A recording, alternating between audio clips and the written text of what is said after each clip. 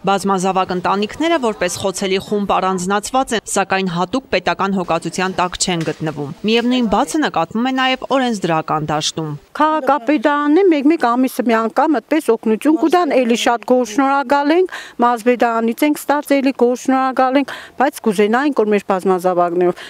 միշտ ամեն ամսյա ուշադրություն դարձնեն, որովհետեւ մենք կարողանանք մեր երեխաներին իրենց նպատակներին հասցնենք։ Որպես բազմազավակ մայր ես նկատում եմ, որ եթե պետությունը մինչև 18 տարեկան իր այս մեր երեխեքին պետք է ուշադրություն դարձնի, այսինքն նպաստ, ու դրանից հետո հենց ծնողը ուզում է աշխատել, արդեն նպաստին կմնում է։ Ստիպված ծնողը արդեն դառնում է անկորձունյա, չի կարող ոչ միտեղ աշխատի պետական, որովհետև նպաստից կզրկվի ու այսպես արդեն մեր ծանրանում է էլի։ Համատարած բնույթի խնդիրը տեղափոխվում է գրասենյակային հարթություն, առավել լայնածավալ քննարկման արժանանալու նպատակով։ Բալասանյանների ընտանիք բարեգործական հիմնադրամի խորհրդի նախագահ Խաչատուր Բալասանյանի հրավերով գյումրեցի բազմազավակ մայրերն էին եկել գրասենյակ, առավել հանգամանալից ծանոթացնելու իրենց խնդիրներին։ Հանդիպումը ջերմ էր ու անմիջական։ Կանանցից յուրաքանչյուրն անկաշկանդ ներկայացրեց իրեն հուզող հարցերը։ X գումարով մեզ ինչ-որ կդրոն տային, մենք ամեն ամիս գնայինք, օգտվենք։ Հիգիենայի պարագան մեզ համար շատ դժվար է, շատ։ Լվացքի փոշի, օջարը, ամեն ինչ դժվար է։ Այդ հարցով մեզ աջակցեք, օգնեք։ Հենց այսօր որ գազս ելել է, ասենք վառել ենք, այսօր եկեք ասենք, թե ձեր գազը պետք է անջատեմ։ Խնդրեմ գա, թե ինչ որ մի հարց տնեք, թե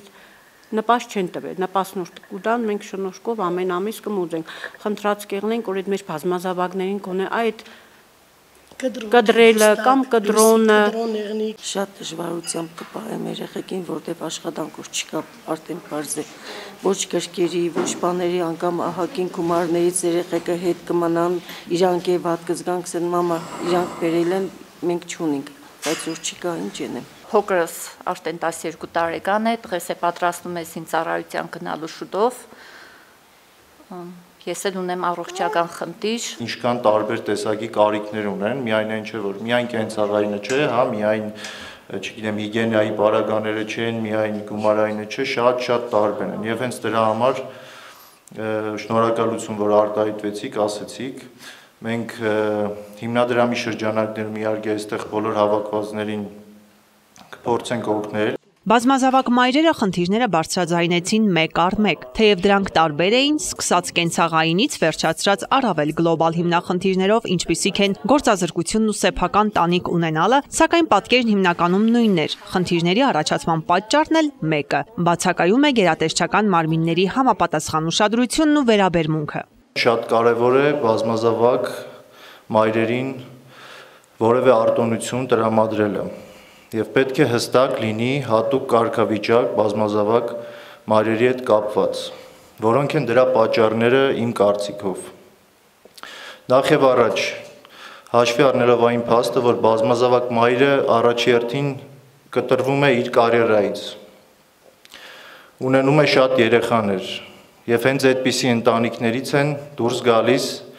լավագույն զինվորականները, լավագույն մտավորականները, բժիշկները։ Հիմնադրամը շուտով հանդես կգա նախաձեռնությունների փաթեթով, որում կներառվեն նաև բազմազավակ ընտանիքներին առնչվող մի շարք հարցեր։ Խաչատուր Բալասանյանը կարևորում է նման հանդիպումները։ Քաղաքացիների հետ պարբերաբար շփումներից ու անմիջական զրույցներից հետո է պարզ դառնում խնդրի խորությունն ու դրանց անլուծելի մնալու պատճառները։ Կարիք չկա, որ բազմազավակ մայրերը հարգանքի արժանանալու փոխարեն այս կամ այն կառույցի դուռը թակեն օգնություն ստանալու ակնկալիքով։ Խաչատուր Բալասանյանը խնդիրը ցանկանում է կարգավորել պետական մակարդակով, բազմազավակ ընտանիքների համար սահմանելով ամսական նվազագույն եկամուտ։ Սա պետական խնդիր է իրականում, պետք է պետությունը ֆունկցիա վերցնի,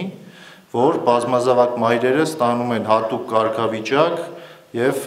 որևէ խնդիր չեն ունենում գոնե կենցաղային, այսինքն ինչ է դա իրանից ենթադրում, գոնե նվազագույն եկամուտ պետության կողմից, որովհետեւ մարդը եթե ունի 5 երեխա կամ 8 երեխա, այդ մարդը երբ պետք է հասցնի աշխատել, ճիշտ է։ Առաջիկայում նախատեսվում է ևս մեկ անգամ հանդիպում կազմակերպել բազմազավակ մայրերի հետ, առավել ընդգրկուն ու ծավալուն ծրագրերի առաջարկներով։